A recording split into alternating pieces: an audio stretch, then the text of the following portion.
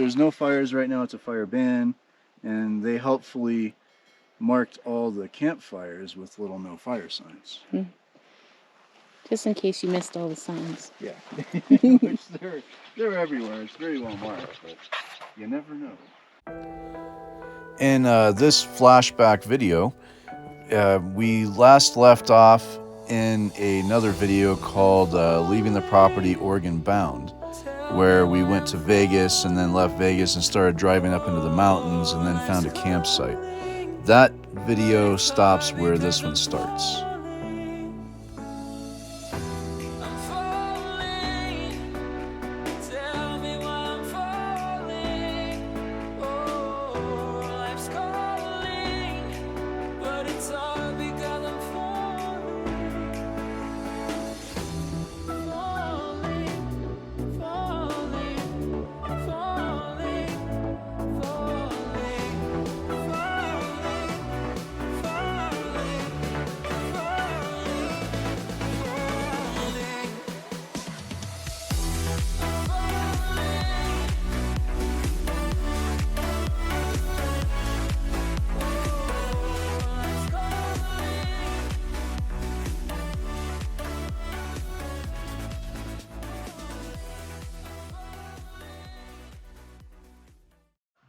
Now we're at the Mono Mills Sawmill site, and you can see Mono Lake there in the distance. It's a lot bigger than I thought it was going to be. Kind of like to go down and look at it, so we'll do that next. But this was the site of the mill.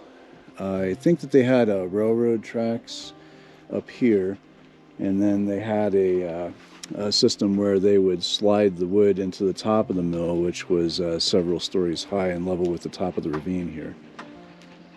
And there's the foundation there. But most likely they had a river going through here to power the mill, going into the lake over there.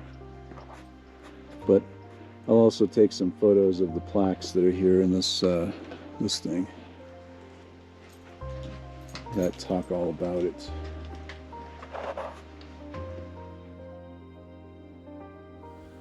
Here are the different information plaques in the Mono Mills exhibit. Please pause them if you would like to read them.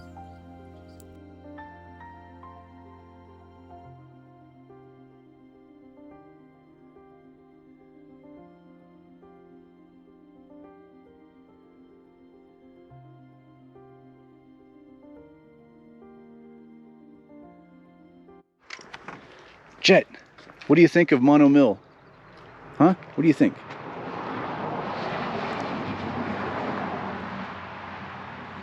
Jet has no comment. Say hi, sweetie. Hi, sweetie. So, looks like this is the wheel off of a rail car, which they used to transport the lumber after it was milled. It says, to meet the ever-increasing demand for lumber and cordwood, the Bodie Railway and Lumber Company was formed in February 1881. Timber was harvested from various tracts to the south. It was milled at this site and then shipped to Bodie on the railroad via Warm Springs and Lime Kiln. I'm guessing those are places. The sawmill was a two-story structure capable of producing 80,000 board feet in a 10-hour shift when the crew was sober, and was powered by a 16-inch steam engine. With the development of electricity at Green Creek and reduced gold production in Bodie, Aurora, and Masonic, the demand for lumber and fuel wood diminished, and the Mono Mill was abandoned in 1917. And this plaque was dedicated September 9th, 1989 by the Bodie chapter. Think about that. Yeah. Jed is not impressed by any of this. He just wants to play ball. That's all Jed wants. But, hi! What you doing? What you doing, baby? There is a way to drive down to the lake with four-wheel drive. What I've read is that it's very sandy, and if you're not experienced, you shouldn't try it. So it sounds like a great project for me with our little stock height four-wheel drive with street tires on it. We'll see how we do. So here you see us off-roading, trying to get to Mono Lake. They looked on satellite views, and from what I was reading, that you could get to Mono Lake, but as we started exploring, we found that it was just way too sandy to chance it. We saw other people getting stuck, so we just turned around and came back. Unfortunately, we didn't film that part.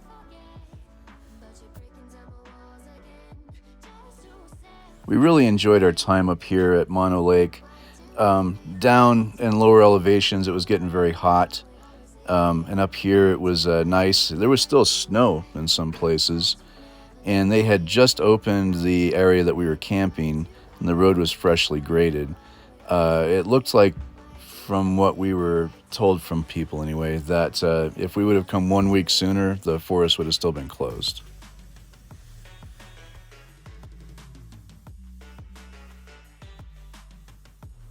These mountains that you see in this landscape with the snow on them are actually the east side of the mountain range that Yosemite National Park is in.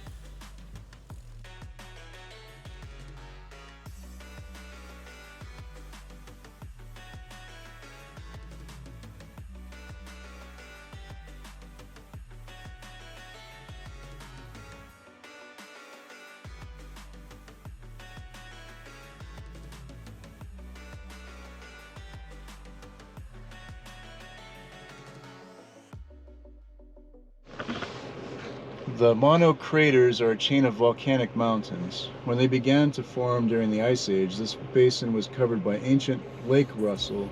Mono Lake is a remnant of Lake Russell. Initially, a series of explosions created high, bowl-shaped cones of pumice. Later, great domes of obsidian or volcanic glass arose in the craters. The obsidian, as chaotic, steep-sided jumbles of boulders, usually overtopped the pumice rims and advanced into the plain. Such an advance, called a coulee, is seen here. Pumice blasted out and carried by the wind covers this valley to a depth of 20 or more feet. Beneath the pumice mantle are sediments of Ice Age Lake Russell. We were planning on exploring Mono craters more, but we were so fascinated by the, I think they were called Hutus in Mono Lake, and the formations and everything, and just exploring the forest right around our campsite, going on walks and with the four-wheel drive, that we never made it back to the Mono craters area. However, we are going to go back up here again. That'll be in a later video. And here we turned off the highway, and we're actually heading to Mono Lake.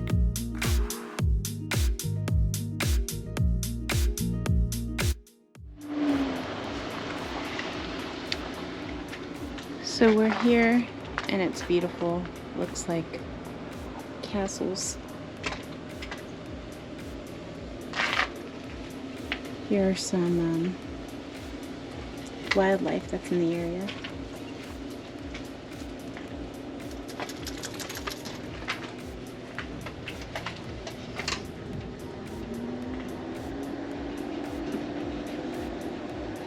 You can pause if you want to read those.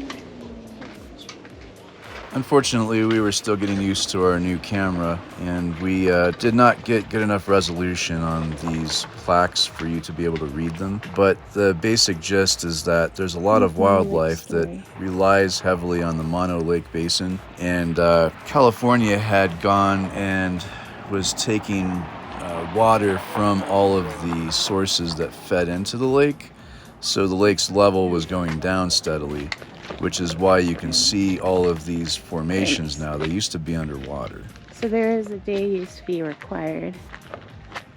We have a annual pass, so we're using that.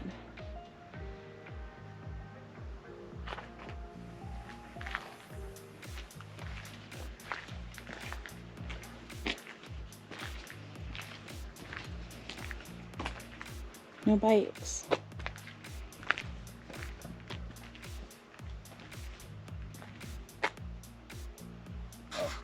That sign back there is talking about I already showed it, so you can just talk about it. How Los Angeles extended its aqueduct system into Mono Lake's streams, the streams around that feed the lake. So over 40 years, it lost 50 feet, I think, in level.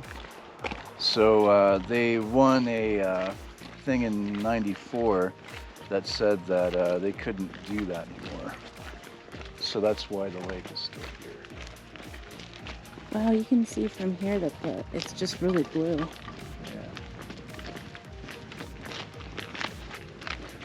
Yeah, earlier whenever we were on the way here, the sun was just hitting it perfect, and you could see that it was raining in the middle of the lake on the islands, and it was lining up the the falling rain, and oh yeah, it was beautiful. Yeah, it was beautiful. It was like absolutely gorgeous.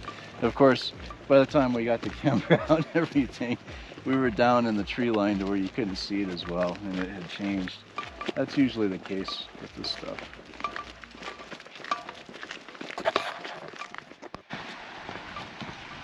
Saltier than this.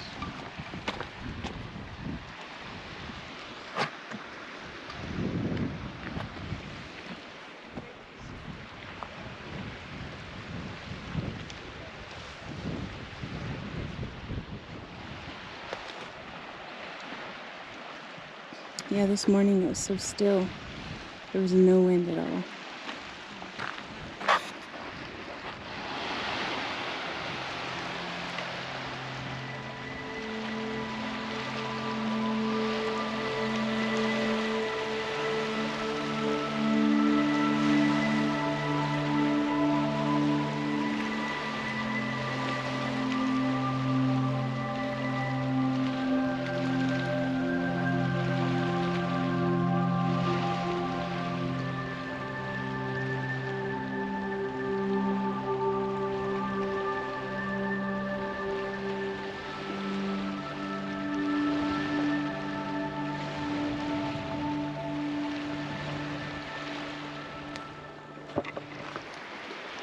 So now we're down at Mono Lake, and we're among the Tufas, which are these things. And whenever they were underwater, they're actually representative of springs. So springs would be bubbling up from the bottom of the lake with all these like minerals in them, and they would build these columns and formations that are a lot like coral. And they're called Tufas. It's pretty cool. Whenever you're driving up on them, it looks like it's old, like ruins, like a castle or something, but it's not.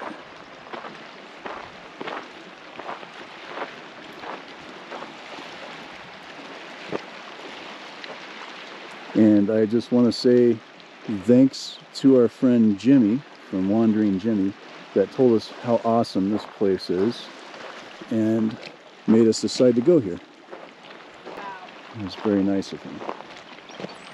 Put the camera right next to that black area. Whoa! Oh, look at that. Delicious, I'm sure. That's rock. I think those are those flies that they were talking about. Yeah, they're underwater flies. Yeah, this plaque back there, which I'll probably take a picture of, said that these are underwater flies, and the Native American people that lived here, they used to find the larvae, and they said they tasted kind of like nutty rice, had like a nutty flavor. I think I will take their word for it, but they said it was I don't think we'll try that. Yeah, we're not going to try it. But it was a delicacy, and they traded that rice or the larva with the other tribes in like Yosemite. So, kudos to them for trying to eat bug larvae and finding that it actually tasted good. But I am not going to try it because I'm just not going to do it. So it's pretty cool.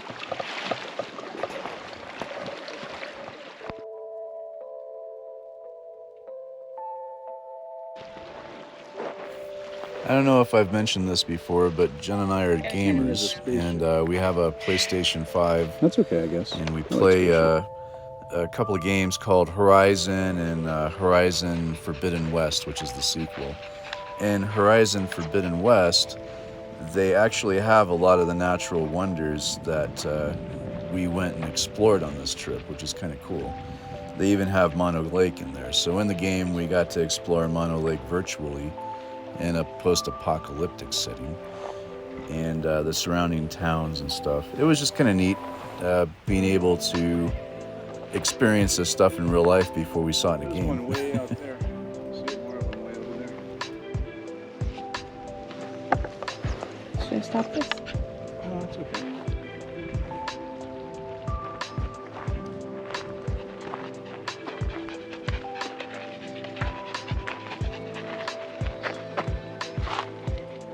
Pretty cool. Anybody wants to pause to read that?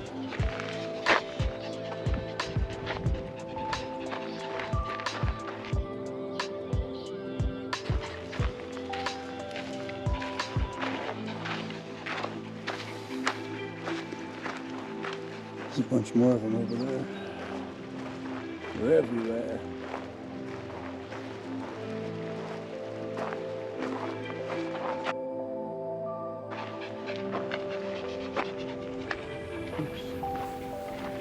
As this video ends, we actually are traveling up to Bodie, and you probably remember during this video we were talking about a sawmill that was manufacturing lumber that was going up to Bodie. Bodie was a gold mining town, and it's perfectly preserved by a foundation, and we explore that pretty extensively in the next video that we're going to show from Flashback video time.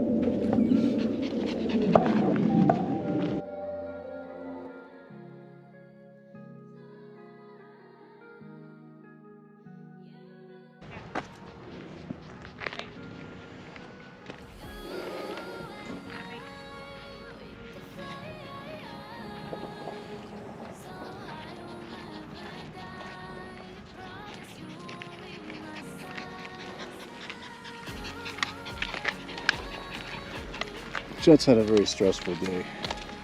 He didn't get to play ball nearly as much as he wanted to, only like maybe an hour and a half total.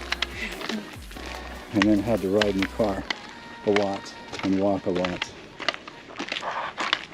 Such is life.